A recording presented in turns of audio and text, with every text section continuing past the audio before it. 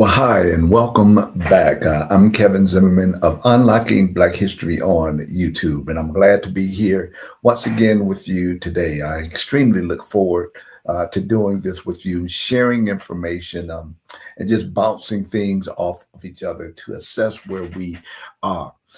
Hey, I want to share first and foremost for those who are joining or are joining for the first time or you haven't heard me before. I want to be clear what my position is.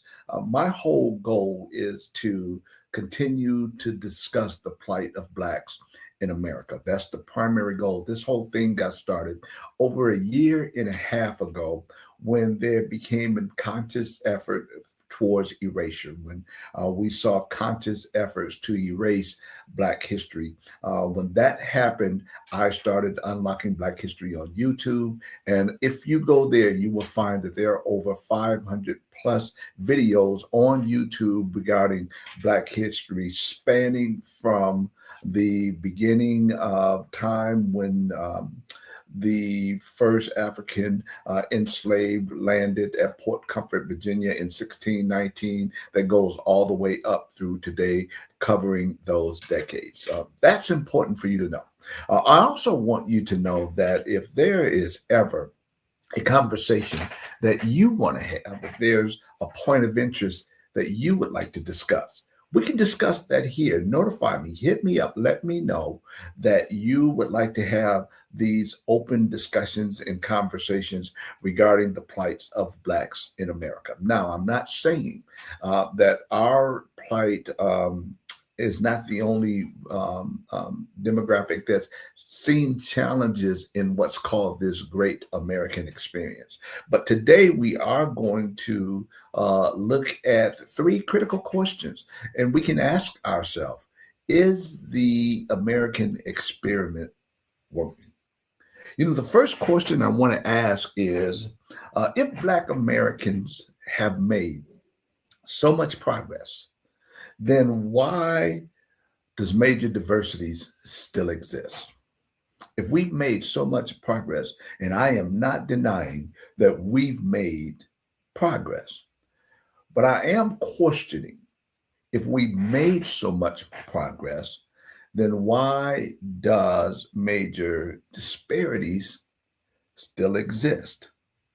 The second question that I have is, what movements of Black advancements that you can think of that were met with a resistance or reversal? And it's important that I use reversal, and we're going to touch on that in a little bit, because oftentimes when we talk about what Black movements were met with resistance, we have a tendency to look way in the past. And we have a tendency sometimes, what I've seen, I don't want to speak unilaterally for everyone, but I've seen that we have a tendency to look way in the past and ignore some resilience and reversals that we are experiencing in present day time. So that's why I use that word reversal. What movements that were made by Black Americans were met with resistance or reversal? And the third question is, the the inequality that we see today, is that the result of individual outcomes, or is that due to a legacy of interrupted progress? Now, in order to have this conversation, I went and I've done some digging. And in doing some digging, I came up with three case studies. Um, One historical case study that I pulled, and we're going to do it in periods, and we're going to start from the period we're starting from, is Reconstruction, the time that took place after slavery was abolished. And this case study was done by one of the great brilliant minds of Black Americans, and we know that was the great W.E.B. Du Bois. And it was done by he and a historian by the name of Eric Fowler. And when we look at this period of Reconstruction that only lasted 12 years after slavery had ended, we're talking about a period of time from 1865 to 1877. But it was a crucial point in American history, too, and one that we have to take into consideration when we look at the plights of Blacks in America today. We have to look at what happened in Reconstruction. And when we look at Reconstruction, they looked at both progress and stagnation. The progress we know was that Black men were elected into office. You've heard me say it before. My father, whom my friends would call E.F. Hutton, uh, said very little, but when he spoke, it had meaning. And my father told me a long time ago, uh, anything about you not represented by you is not for you. During the period of Reconstruction, that was a period by which you had all of these enslaved people that have now become free. And so that meant that they were going to have an active free role in American society, at least they were supposed to. That also meant representation to support their interests, to mesh with this American experiment by their race messing with the American experiment. You need to have a voice at the table. I worked with a guy once, and if you don't know, I was the national director of a big program. We had 27 hospitals across the country, and we would speak to the military regarding the services that we could provide to ensure that the service members got the help in this specific area. And so it required that we talk to a lot of leadership. And in making arrangements to speak with leadership, and some leadership would accept the services. But of course, when they accepted the services, things went well in some cases. Sometimes things didn't. And there always had to be a meeting to determine how do we move things forward. Well, the statement that I'll never forget is by a gentleman that I once worked with who said, Kevin, I'd rather be seated at the table than to be on the menu. That's what happened when Black people were elected to government office during Reconstruction. They were no longer the menu, or they should not have been no longer the menu, and we had an opportunity to be seated at the table. I'm reminded of the show Hamilton, when there's a song that he sings and he says, I want to be in the room while it happened. I don't want to be, I don't want to provide a talking point, but I want to be in the room when it happens.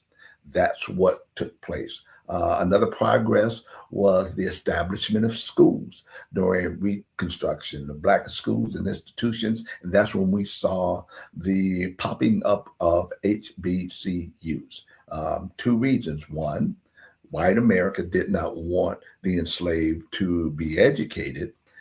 And two, after the enslaved obtained their freedom, well, white America did not want Black people to be sharing the same space and academic information as white Americans. And so what happened? We established our own schools.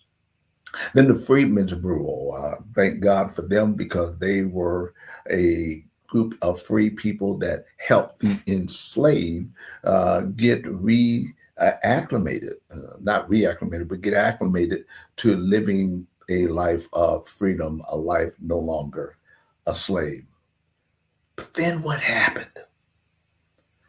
The stagnation.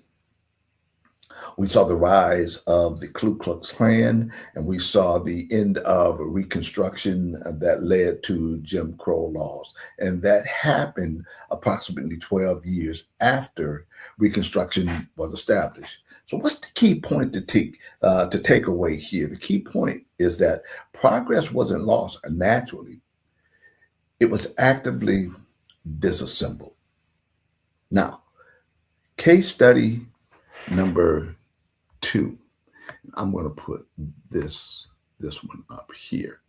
When we talk about case study number 2. In case study number 2, this case study was done by the Oklahoma Commission. And now we're dealing with the time frame of the early 1900s.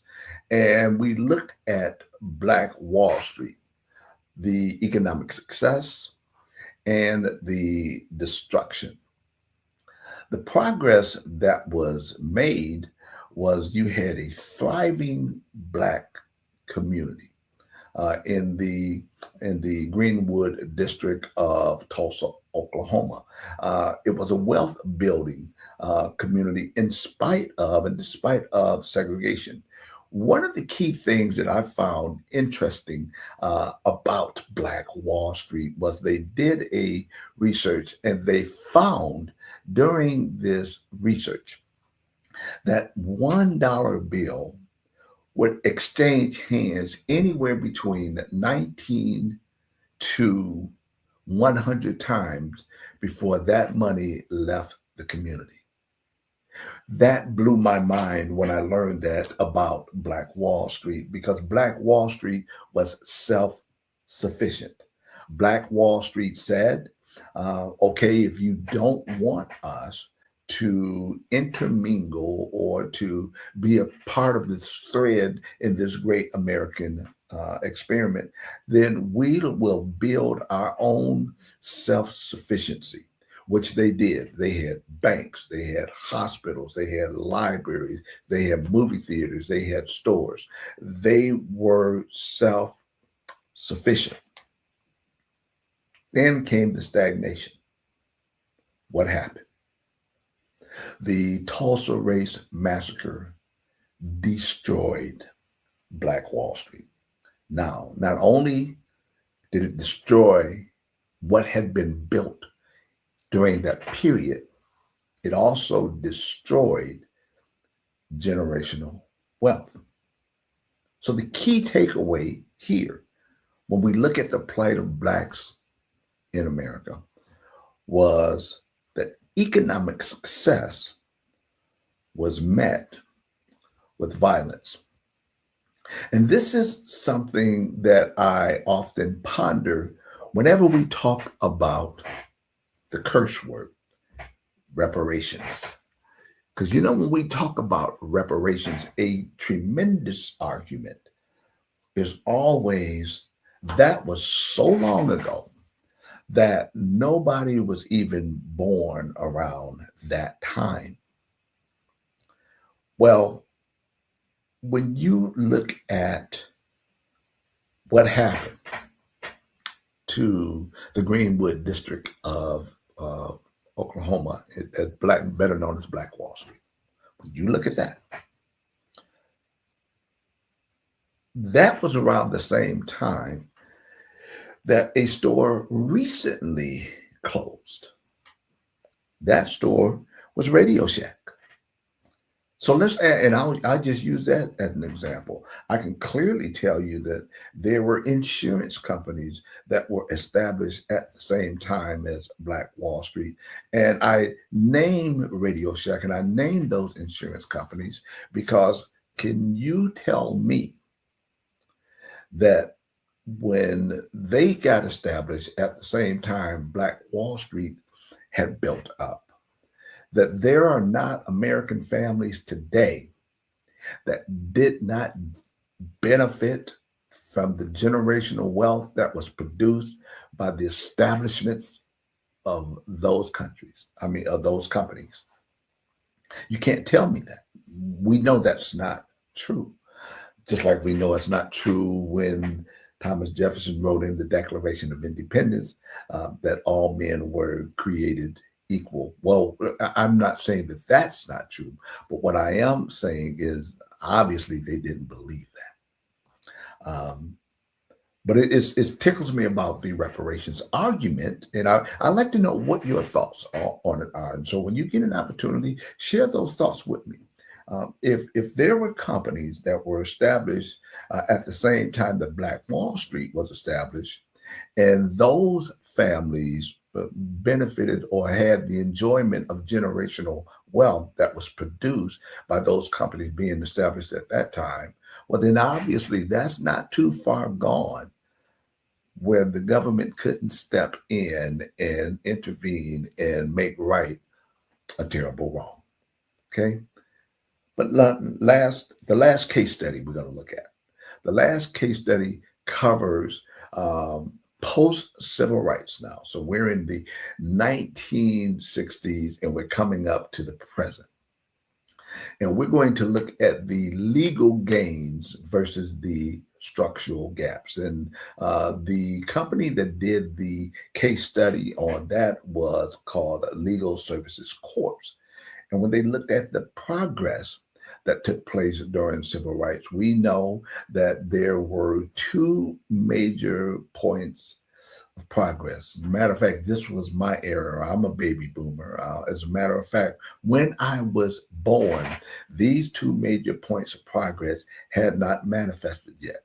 One was the Civil Rights Act that outlawed segregation in 1964. When I was born, that had not happened yet. So I lived during the time where segregation was the law of the land.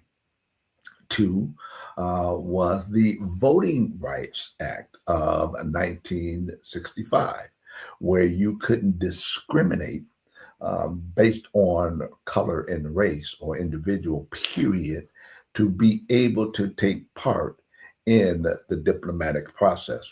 And I love talking about the Voting Rights Act that happened in 1965. And if I said 18 earlier, I apologize for that misquote, because the Civil Rights Act was in 1964 and the Voting Rights Act was in 1965. But I love making this statement. America did not become a democracy until the Voting Rights Act was passed in 1965. Because until that happened, we did not have a say in the diplomatic process. So I understand that there's going to be a celebration, a 250-year celebration of America come the upcoming 4th of July. But just so you know what my position is, not that that matters. I trade my position for a nickel or 5 cents, and you have more value probably in the 5 cents. But I'm of the mind of Frederick Douglass when he says, what does your 4th of July have to do with the slave? Because while you were celebrating your independence from Great Britain, we still had thousands upon thousands of Blacks that were still enslaved. So, that's my position on that. But I believe that America became a democracy when they passed the Voting Rights Act of 1865. However, even though they passed the Voting Rights Act of 1865 and the Civil Rights Act of 1965 and the Civil Rights Act of 1964, what was the stagnation? Because there was stagnation. We saw redlining and housing discrimination. We saw massive incarceration. We saw the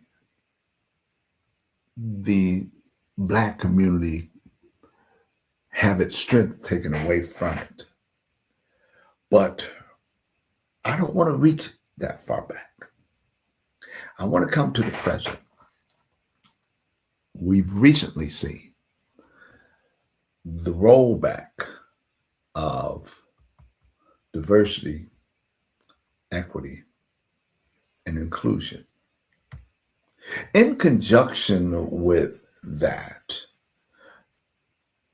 something happened here recently, just this month, in the month of April.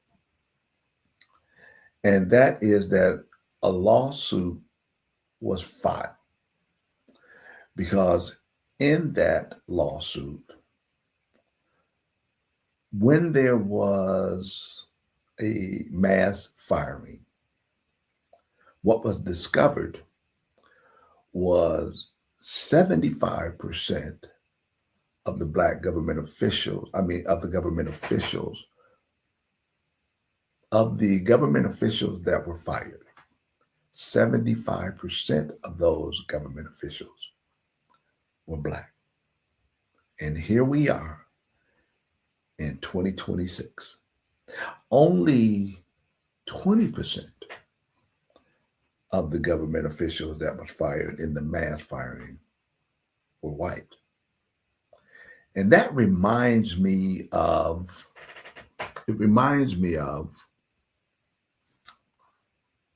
when Richard Nixon ran on the Southern strategy. And I encourage you to go and take a look at this if you haven't already done so.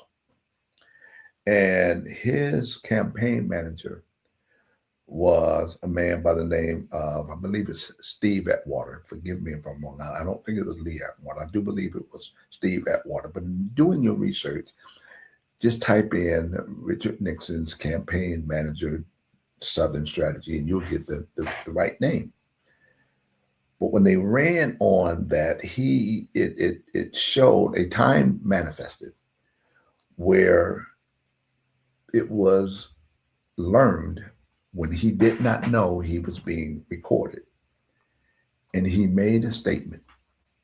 And the statement was, you can't say nigger, nigger, nigger anymore because that's too abstract. You have to say things like busing, where policies and procedures are put in place, basically. And he followed up with, no matter what policies we put in place, as long as more blacks get hurt than whites, then we're successful. And so I'm looking at some of the things that are happening today, and I think it's very important that we continue to keep our eye on what's taking place when we look at the plight of blacks in America.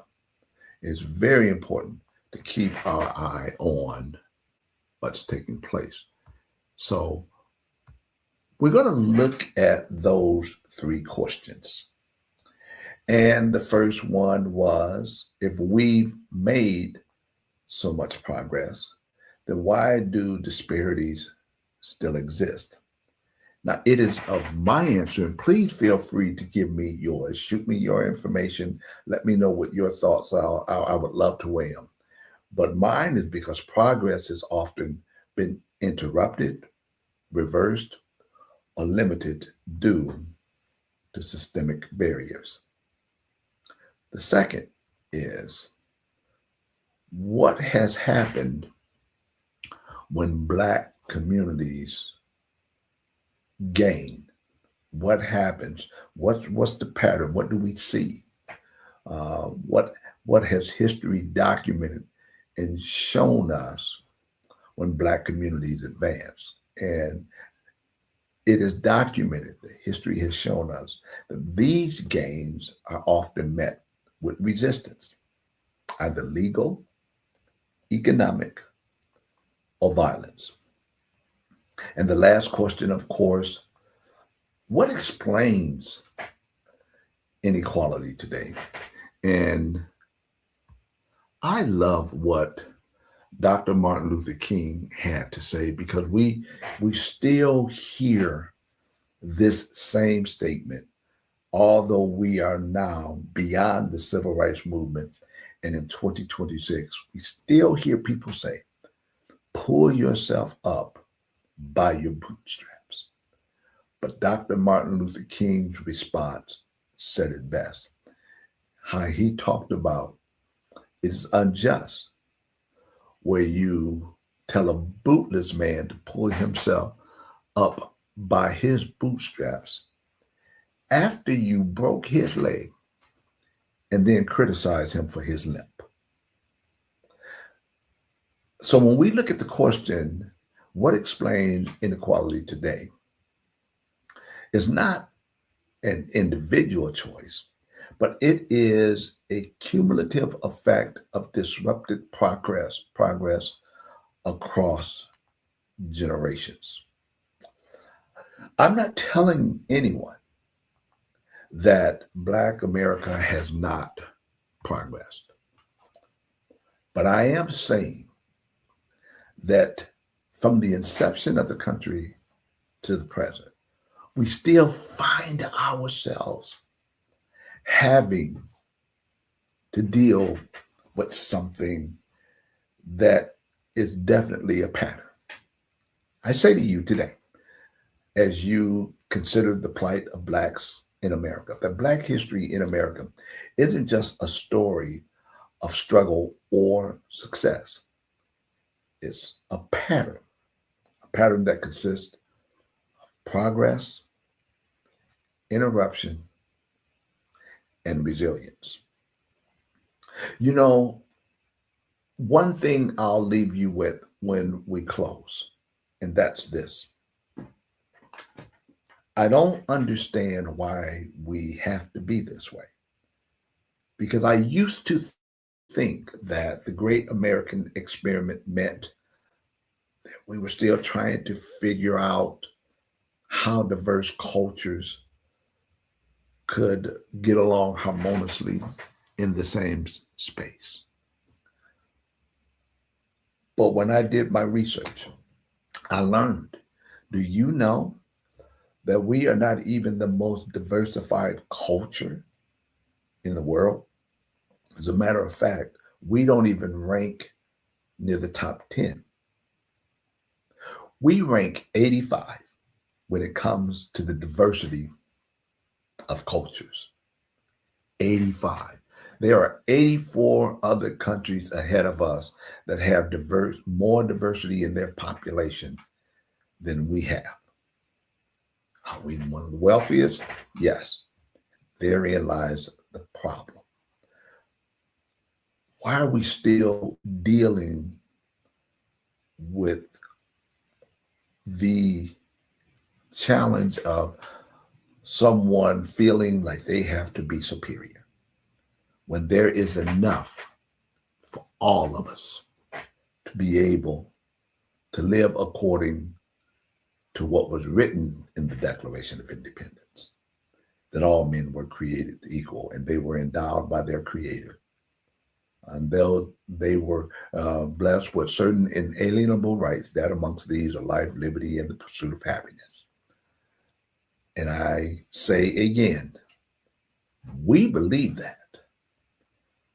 But the founding fathers, I'm not convinced that they did. Either they didn't believe it, or they forgot to leave one word out. All white men were created equal. That's my time. Once again, if you have something that you would like to share regarding this episode, please feel free to notify me. Let me know. Let's talk it up. And if there is a particular topic that you would also like to discuss when it comes to the plight of Blacks in America, please let me know. Let's talk about it. Let's get it out in the open. When we do, or when you wish to share, I will say this to you. It has to be respectful. Has to be respectful, and it has to be meaningful dialogue. I am not here to prove anything to anybody. Black history speaks for itself. But if you want to be able to openly share a different point of view, I'm open to listen to that and debate that. Debate that, meaning respectful dialogue, respectful exchanging of information, sharing our differences. But we will not tolerate, I will not tolerate here any disrespect of anybody at any time. But I would love for you to let me know if you want to talk about something else. That's my time. Once again, I'm Kevin Zimmerman of Unlocking Black History on YouTube. Please go take a look at the videos that are there, and let's learn and grow. And take care.